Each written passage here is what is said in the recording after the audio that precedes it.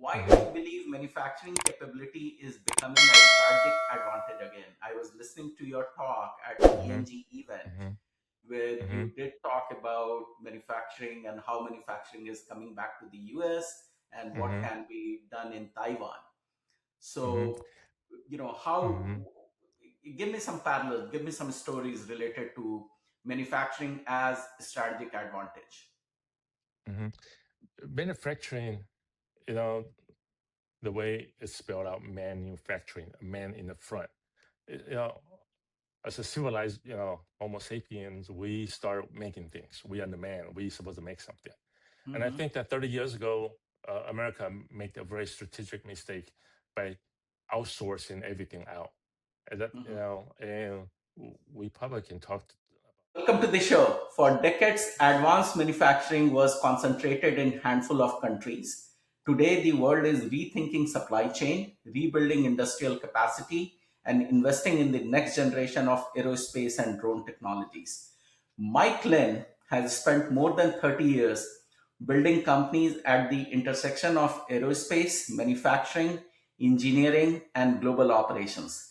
With bachelor's and master's degree in aerospace and mechanical engineering from the University of California, Irvine, Mike has founded multiple technology companies, built manufacturing facilities from the ground up, managed international operations, and holds patented innovations in medical grade plastics. From aerospace research and defense engineering to recycling, advanced manufacturing, and drone production, Mike brings a rare perspective on what is really it takes to build physical product at scale. Today, we are going to talk about entrepreneurship, manufacturing, aerospace, drones, global supply chain, factory setup, and why the future of innovation belongs to builders. Welcome to the show, Mike. Okay, thank you. Thank you for having me at this podcast. So, Mike, take us through your early life, where you were born, how did you come to the US, and how was your early life? Oh, great. I was born and raised in Taiwan, in the late 60s and 70s. My parents, like, I have the best parents in the world. They they run small business in Taiwan. And as you know, that in Taiwan in the 70s, it went through a rapid growth, uh, thanks to the global trade, and that was Right. the first era of global trade. So yeah, I grew up there in Taiwan, and my parents they run multiple small businesses and make some money. And in 1979, when the U.S. cut the diplomatic tie with Taiwan, my parents was a little bit concerned about our strong neighbor might be coming over and take us out. So they decided to, while they can, financially, to move us to U.S.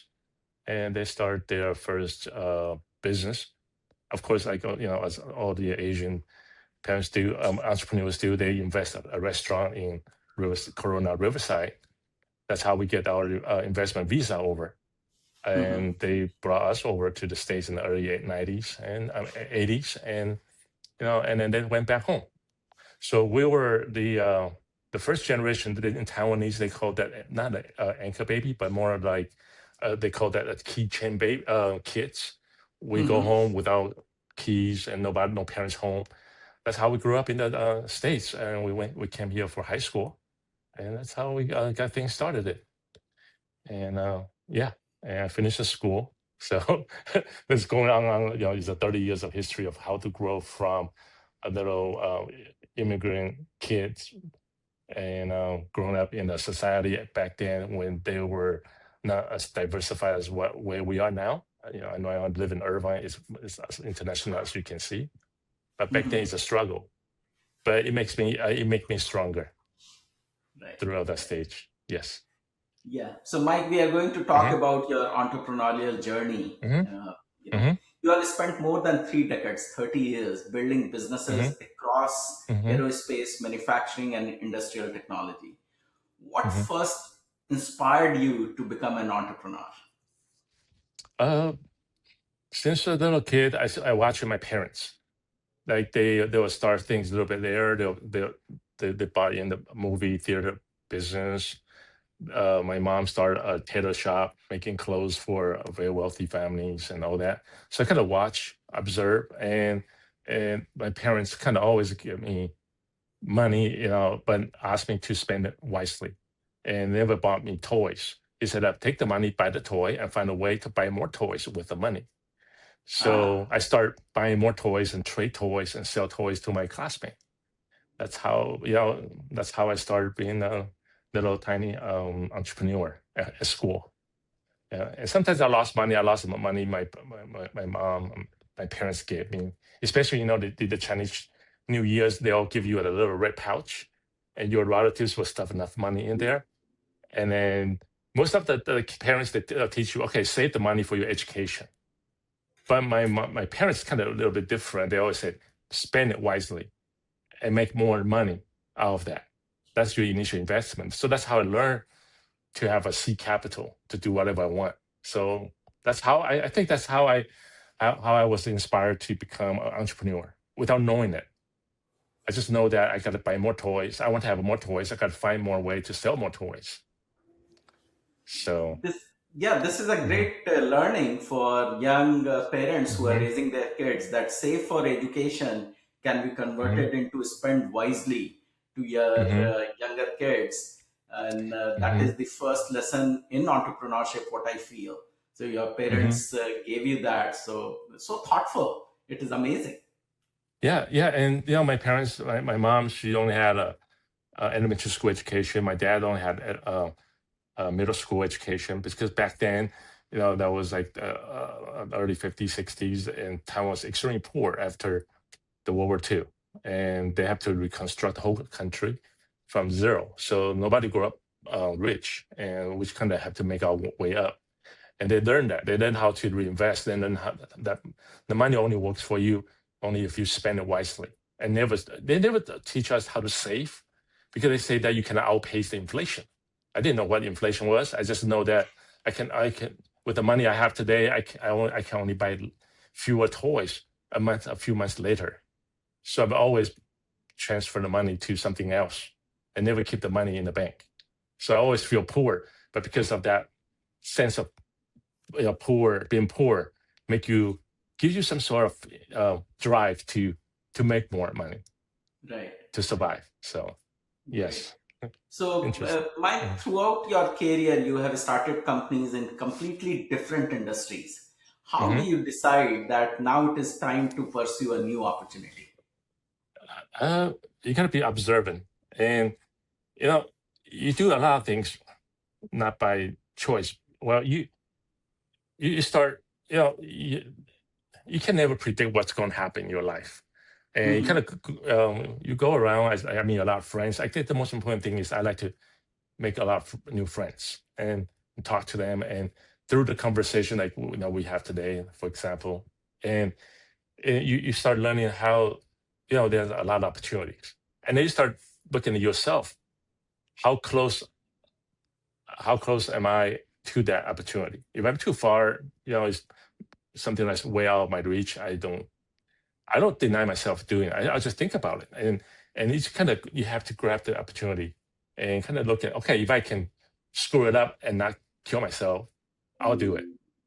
So, and it's also coming up um, from the early childhood experiences. My parents never restrict me of not doing what, you know, and never want to say, well, I'm good in math, so I'm going to good to be a math teacher or something. So they Mhm. always like to say, okay, go reach beyond your boundary. Again, we come from a little island. The only way to survive is to go out. If you just stay a little island, you might run out of coconut trees and you cannot have enough food or water to eat or Right. drink. So, so yeah, the ability to identify opportunities and test it. As long as it doesn't kill you, just it'll make you stronger and do it again. So, Mhm. So true. yes. So let's talk Mm-hmm. about aerospace and advanced manufacturing. Mm-hmm. Aerospace is so close to your heart. You have Mm-hmm. the aerospace engineering background, but also have Mm-hmm. extensive manufacturing experience. How closely Mm-hmm. connected are the engineering and entrepreneurship, because these are intense high tech engineering Hmm. and high tech Hmm. manufacturing, and then Um, the angle of entrepreneurship. So how do you see that? I see that. Well, I call engineering and entrepreneurship the E square. Okay. Mathematically, it's an E square. You kind of because they kind of intertwine like X and Y. You cannot have one track mindset one way or the other. You can have X and Y. And later on I add another E. I call it E cube. The third one is economics. So you have X, Y, Z. So you have a three-dimensional um, matrix that you need to connect them together to make it. Like physical world is a three-dimensional. So you kind of have to intertwine the engineering skill sets. It teaches you how to do things. It teaches you the basic how to solve problems. And entrepreneurs teaches you how to find ideas, how to create ideas. And but ideas are really useless if you don't have economic rewards to it. I call that zeros. So Mhm. idea is like one, and you got to find a way to create zeros behind it. That's how you add value to it. So and manufacturing, engineering is useless if you don't have something. You got to make something. You got to repeat the successes.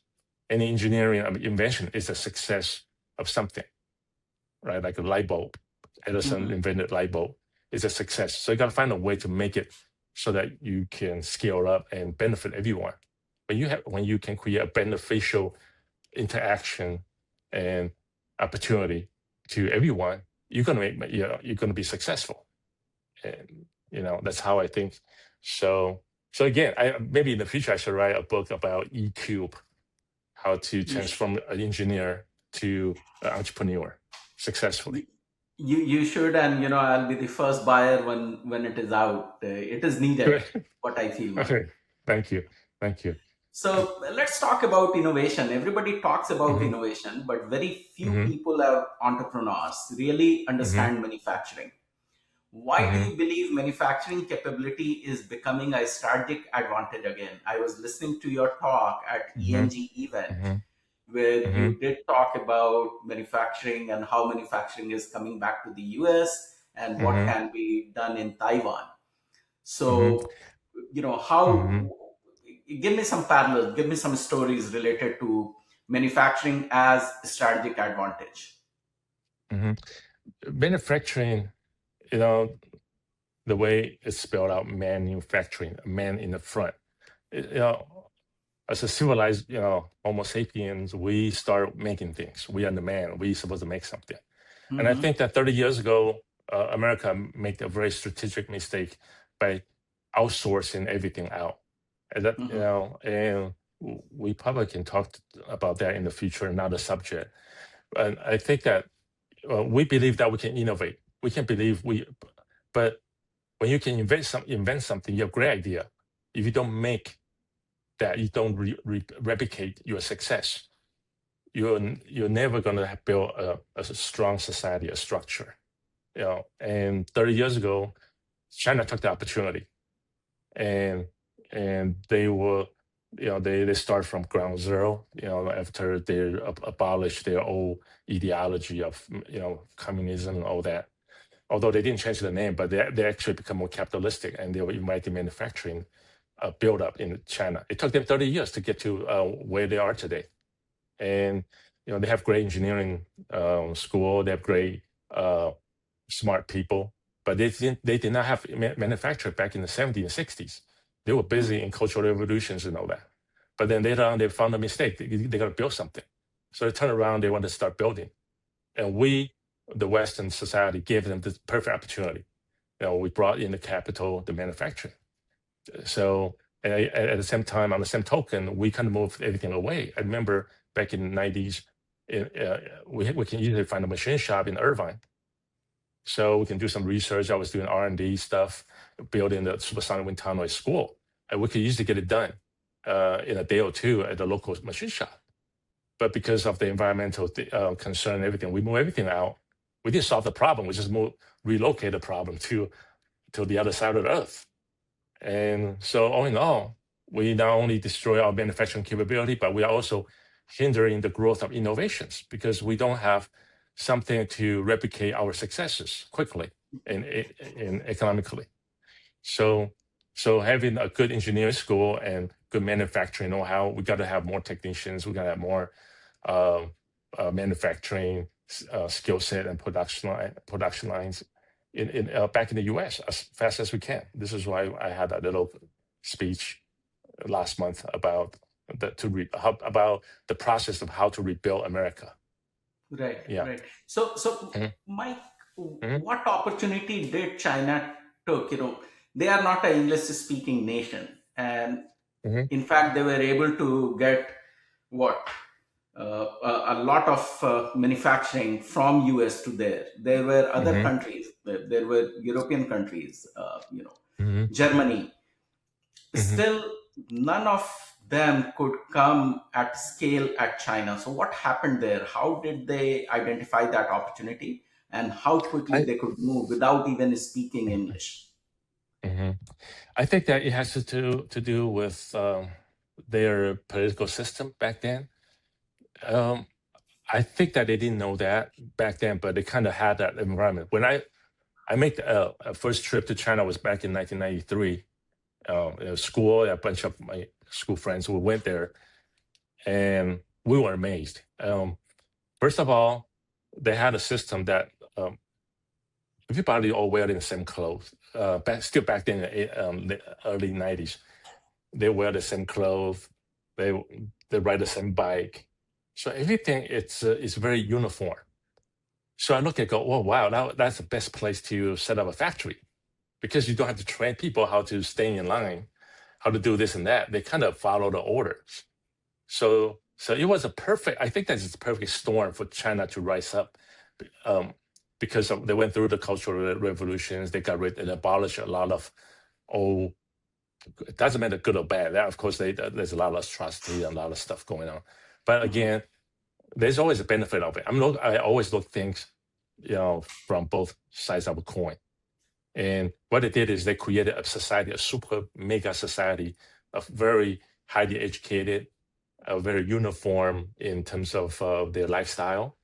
That actually is very attractive to uh, capitals and manufacturing and engineering know-how to go there to set up a factory quickly with very uniform, how you say that, in skill sets in terms of people, the Understood. manpower that we need. Yeah, Mhm. yeah. Understood.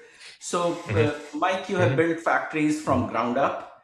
What are Hmm. some of the biggest mistake companies or founders or entrepreneurs make when scaling Hmm. manufacturing operations outside the US?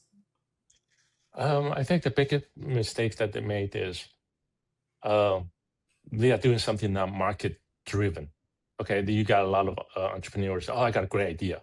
Then they start making. They don't spend enough time in marketing.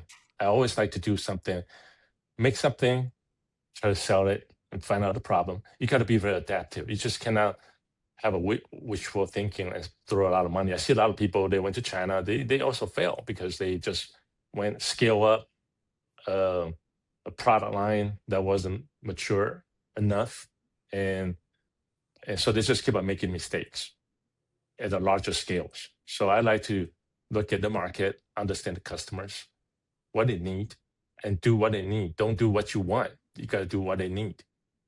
And so I see a lot of guys, people that fail, and because they don't know how to do that.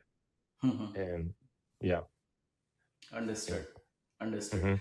So let's Hmm. talk about Hmm. another very fascinating topic called drones, drone Hmm. supply chain and the future. Yes. Drone Yeah. technology is evolving rapidly across commercial, industrial, defense, agriculture sectors. Where do you Hmm. see the biggest opportunity? Now, I need some opportunity identification for the new Hmm. age entrepreneurs to grab on. Uh, Yeah. in drone supply chain and the future, where do you see new opportunities coming on, which will be very, very fruitful in the next 3 to 5 years? I Wow, is I actually waited for 30 some years. I'm an aerospace engineer. I love aviation. I love flying. And that 30 some years ago, what's happening today is what I thought about it will happen eventually, but 30 years ago, but it was too early. I knew it. And it's and the China actually sped up the process. Nobody know DJI can be this big, right? And I also made the founder of DJI one time in Xi'an when we were having when the government was actually trying to invite overseas aerospace engineering firm to set up operation in China, and about 25 years ago. And when the DJI was a very little um, little company, and I, we know that the drones is going to be the future. And 30 years ago, we know that but you got to make it cheap enough for everybody to afford it. Aviation is very expensive. When I go out flying, people thought, oh, but it's expensive. And it's also not as safe as any public transportations. I mean, in terms of general aviation, commercial aviation is super expensive. And we can see that the drone right now, it's a perfect storm for US right now. The reason being that is in China, they're already in the drone. They are probably minimum 10 times bigger than we are now. A few months ago, I was in the Shenzhen, their drone exhibit.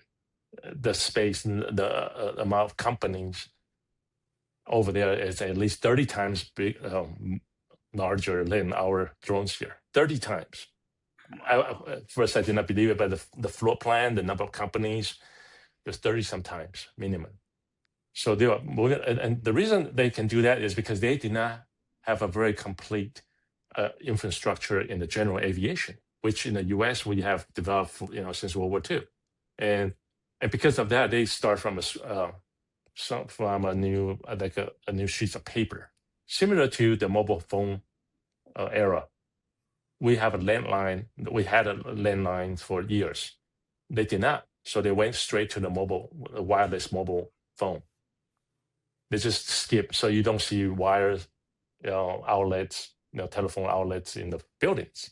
They just skip. So they start from scratch. But at the same time, right now, it's perfect for us, for the US, because we still don't have a sophisticated, complete infrastructure in the drone manufacturing, in robotics. Everything is start from scratch. But yet, thanks to our current presidencies, we do have a lot of foreign capital coming in to give you enough liquidity to grow the manufacturing sector, manufacturing many things. But I think that combining drone and manufacturing, this is probably, we already know that is hardest subject due to the current war. The war, unfortunately, war is a proving ground of your new ideas. It's a fit to survive. We know drone, it's creating the most legal lethality in the war right now. So it's inevitable. We have to do that. We have to catch up. And this is perfect time. China is a little bit competitive. I don't want to compete when I go to China because there are 30 Chinese companies out there way ahead of you. You have no chance. So Wow, that is the biggest statement. mhm, Let's talk about the global supply chain. It has yes. dramatically changed in recent years, pre-COVID, hmm post-COVID for sure. What hmm lessons business learn about manufacturing resilience and how they should be managing global supply chain in terms of political uncertainty, war going hmm somewhere somehow? hmm What a entrepreneur should look at. Yeah. I think that manufacturing resilient, well, 30 years ago when we entered that globalization of operation companies, right? You have marketing R&D in the US, manufacturing in China. That was based on the idea of the one world. I know Thomas Friedman saying that the world is flat. Back then, yes, it is flat, but under assumption that you got to have geo, um, same ideology, similar culture. You got to learn how to integrate that. You got to accept we underestimate the geopolitical tension, and so by establishing your most optimal supply chains globally, you actually expose yourself to the risk. Like my biggest risk right now is some of my operation. I have my accounting in Taiwan, I have manufacturing in China, and I have Mhm. marketing here. And we are operating in a different time zone. And and then you have a different regulations, different political system, and all that combined, it's actually creating a lot of hidden costs to it, to your globalizations. And so for the future, I mean, we always learn from our mistakes. And and then so for the future, we got to de-risk. That's why a lot of people talk about de-risking. And and I think that to do that in the next generations, as an engineer, as a new engineer, new entrepreneurs, if you want to come in, you want to go into this global manufacturing, you should really look at that a new way of looking at it. You look at global technology. Okay, you get a great idea. You invent. It doesn't matter where you invent it. You could have invented in Malaysia or India. And the same idea that you can spread across the world quickly due to thanks to the internet, thanks to the AI. And then you look at the capital, the money is from everywhere. I have investors, I have partners from different parts of the world, and you have to go into, but to balance the trade deficit and all that, you got to have smaller factory, more efficient factory, a local factory, local manufacturing, and for the local market. So you have a circular economy. You create jobs at the same time you create this consumption in a localized area. And as a capital investor or investors, you have to know how to invest globally to capture the localized market, local manufacturing.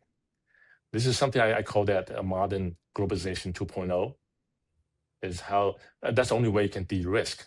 Money flows everywhere, technology flows everywhere, but it's the localized market and localized manufacturer that creates a balance on your balance sheets. You have consumptions and productions. All right. And to prove that, I can say that currently I'm seeing this thing happening at the same time. In China, I see deflation. They Mhm. overproduce everything.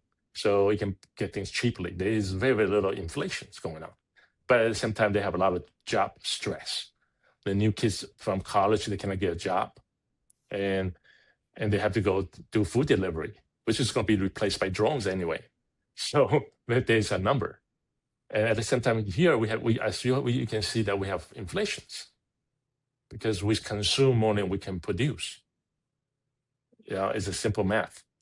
And so we got to find the balance. And China is doing the same thing. They want to stimulate the local consumption so they can consume what they produce. And because their business model back then, the factory, they were building the factory for the world until the tariff, everything is stopping them from doing that. And at the same time, it's hurting everyone because of the lack of the risk function building in the early stage of globalizations. Right. Yeah. So Hmm. true. So you made a statement that there is no point in competing with China in the drone technology. But let me frame a question around it. If someone Hmm. here in the US wanted to build an aerospace or a drone company today, what Hmm. capabilities should they focus on first? Definitely focus on your niche. You got to know supply chain. It's a big ecosystem. I call it biosphere system of manufacturing.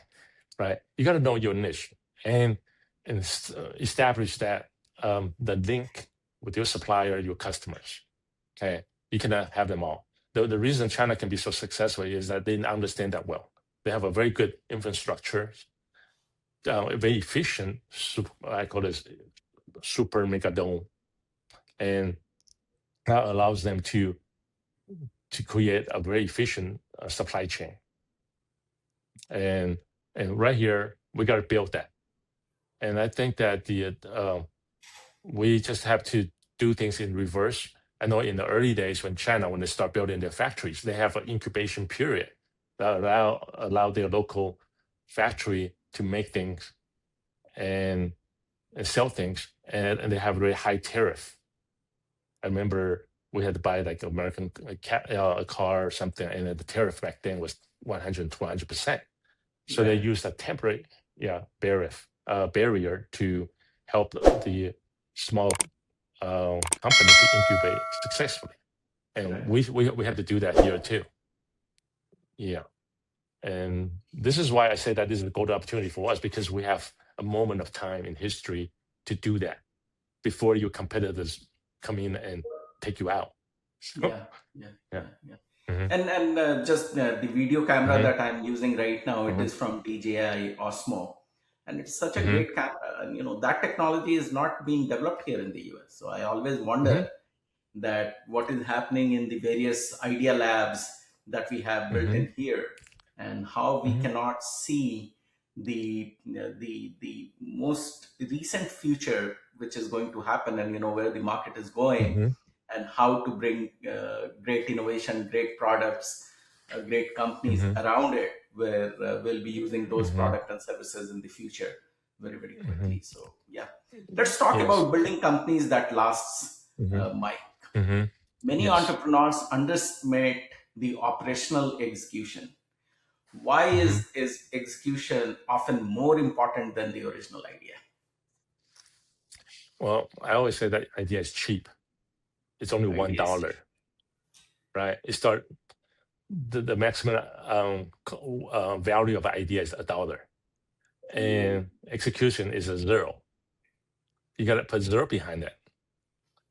So, how do you reach up? How can Elon Musk become $1 trillion, a trillionaire? Because he's really good in executions. So he just kept on adding a lot of zero behind what we can count. So, Mhm. yes, Such a yeah. such a great answer to this question. Okay, looking back to your journey, Mike, Hmm. what business decisions had the biggest impact in your long-term success? Um, business, I think it's. I haven't yet really thought about that. It's to me a little bit complicated. You make decisions. I think flexibility. Um, you have to Okay. look at the yeah. You gotta be flexible, and so I think that the most of success is through negotiation. I think that just like you gotta know how to make a deal in every step. You make a deal with your customer, you make a deal with your engineer.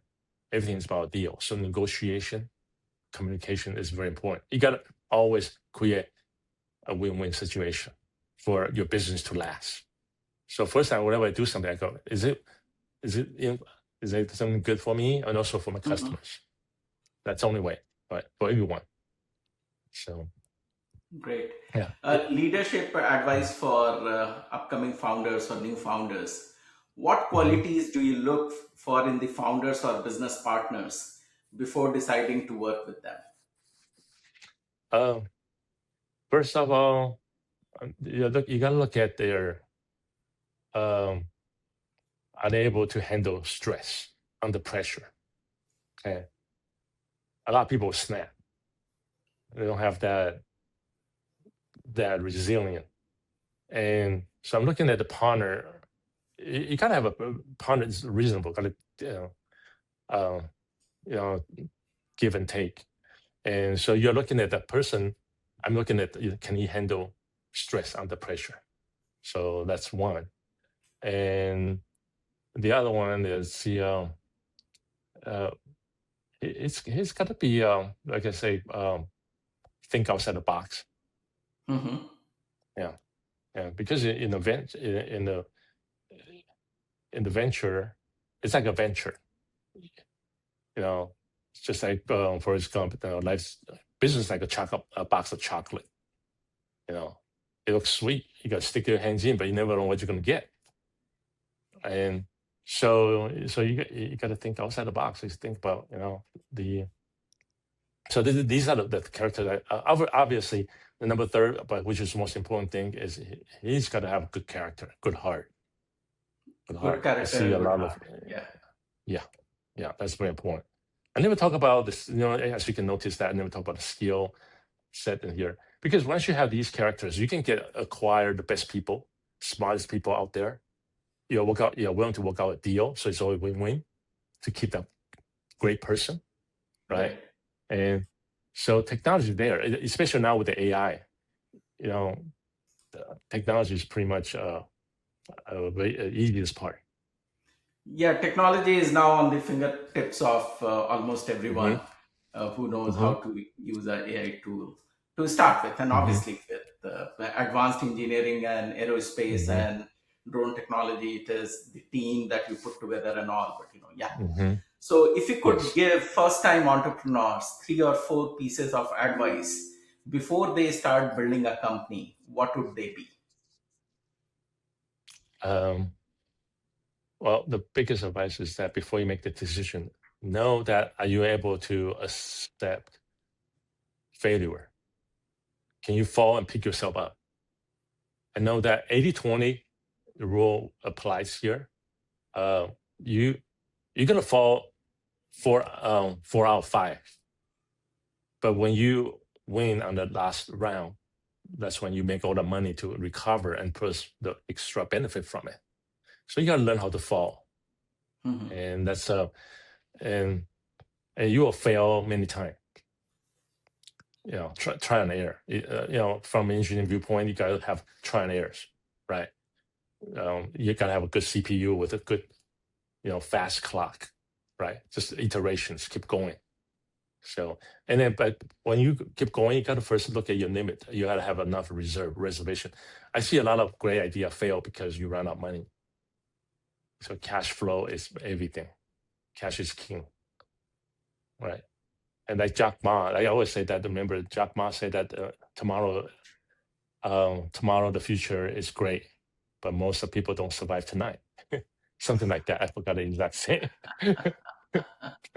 Right. I like Right, to right, inspire my team, but at the same time, I want to let them know the reality of it. Right. If you don't fail, you don't fall correctly, the life is very brutal. Right. You can hurt yourself pretty bad. And so, yeah. Again, this is my engineering mindset. And right. some people saying that might be too conservative.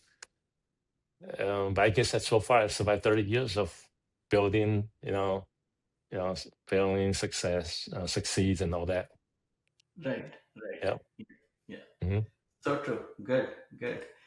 How do you stay optimistic and continue building after more than 30 years as an entrepreneur? Uh, Optimistic. You got to be in that. I That's actually has something to do with my family. My parents always very optimistic. Um, you gotta, yeah, you gotta love what you do, and be an entrepreneur. It's just like just like kung fu. You know, you gotta love what you're doing. You gotta go into a fight. Boxing or whatever. You're gonna get hit, but when you pick yourself again because you want to win, in that arena that you love, you're passionate about. I love aviation. It's in my blood. So I'm using that as my foundation. And because I know that if I fail, I can pick myself up because I always love what I'm doing. So, you got to identify first. You never want to chase the tail of success. You got to create your own success. And to do that, you got to find out what you like the most, what you're passionate about. Yeah, Mhm, if you everybody likes to make money. I like to make money too. But let's look at how I make money quickly and easiest is to do things that I like because I have less chance to fail because I know more about that than the people who doesn't like what he's doing. mhm. So that's what I advise people that want to be entrepreneur, want to start your own business. Identify what you love, what you want to do. Yeah. When you, yeah. Great, great. Thanks, Mike. Hmm. Looking Sure. ahead, what technologies do you believe that will define the next generation of manufacturing and aerospace? What do you see happening? What do you see coming?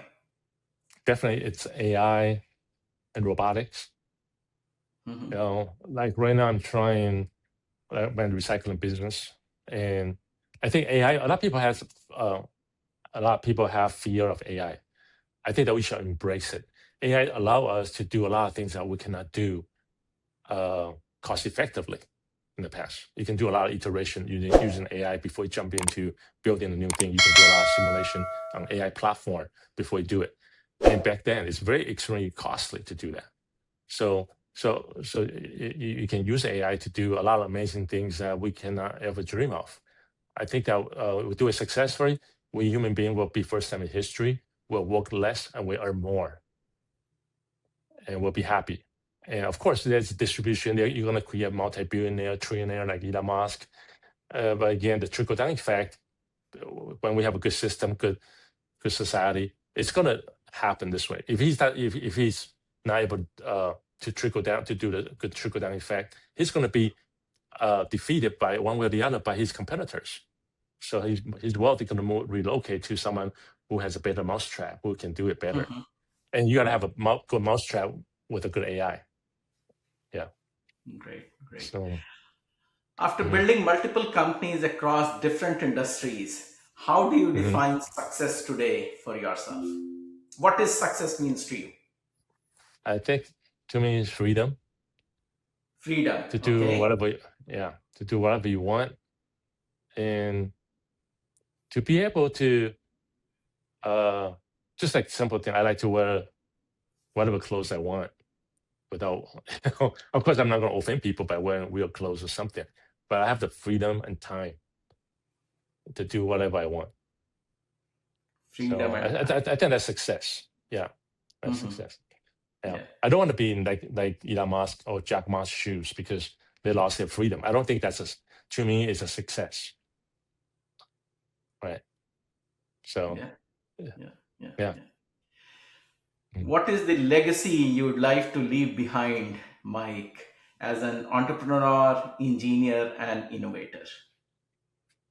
My legacy, I really you're looking at be able to build companies that can still go in, thriving, and succeed without me, Okay. right?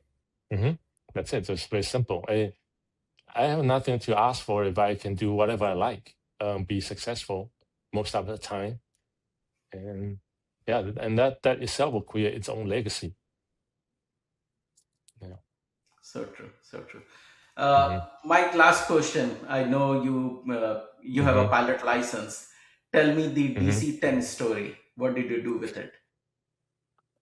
And I call it, there's this old Chinese saying, "A young tiger does not know the risk of hunting." Okay, or say something. It's like a little. Anyway, it's like I'm not an expert in general aviation. I love flying, and but it was a time when my friend from China, he said, came to our local field and he said, well, Mhm. Mike, if I partner with you with this great gorgeous DC-3 that was built in 1940, that's even before the new China started it. If I partner with you, can we fly this thing to China? I thought, well, what can it go wrong? I mean, it's easy. I don't think that he's gonna do it. I thought he was joking, but fair enough. Well, I got the money, and so I got to keep my word. I said, like, if you buy it, in partnership with me, I will fly over there. So that's a simple thing. So when you say something, you got to keep your promise. So Yes. so I did, and so that's how we picked up. We built it. We put bladders, fuel bladders, and I hired two pilots. I didn't fly it because I wasn't qualified, but I already committed myself to it. So we take off from California, and it's a Hemet model, Hemet Ryan Airport. We took off. We turned the regional airport into international airport basically with that flight. We took off. We took it to Canada, Alaska, Siberia, uh, Abarovsk, Manchuria, and we flew over the Beijing airspace, and then we landed in Gobi Desert. So that was 12,000 kilometer journey that I did just to keep the promise. And we did it. That was back in the time when China and US had the best relationship. We thought that Mhm. China is going to integrate itself successfully to the world, but, but I guess that was the pinnacle of that relationship. And we were able to do we flying the DC-3, and we even my friends even built an airport there, and I brought my T-28 and AT-6 there. I was doing air shows, so that was the Wow. funnest part. Yeah, it's a journey. I mean, I did it accidentally. I don't want to do it again. My wife will not let me do it. It was a journey. It took us a month, a lot of risk. And after all, it's an amazing thing. It's funny. It's 1940, and we are using iPad. We have a full flight on the iPad. The iPad Oh, is more accurate than the instruments, obviously. wow. So yeah, yeah, Very nice. it's a journey. Yeah, Mhm. yeah. Define your Yeah. day, Mike. Mhm. How's your day looks like these days? These days, well, I have new projects going on, and so I still need to travel internationally. And like I'm in my office, I only come here maybe once every other month. And so yeah, my day it's pretty much very flexible. I just come back from Kentucky. We have the RC Model Jet event over there in Kentucky, Mhm. and so yeah, but it's a good balance of personal life. Like my kids are going to my sons are going to college and high school, and my daughter just graduating from college. So it's a balance of. I think that's why I say I love when you become successful, you have the freedom, the freedom to spend time with your family and to do something you feel significant at that Mhm. moment of time. Right. Right. Yeah. Thank you so much, Mike, for your time Sure. today. Truly appreciate talking to me, and Thank it you. was great learning that you are going to give to my entrepreneurs. Truly, truly blessed. So, thank you so much for your time. Okay. Well, thank you. Thank you so much for your Yeah. invitation. Thank Take you. care. Bye Bye bye. bye.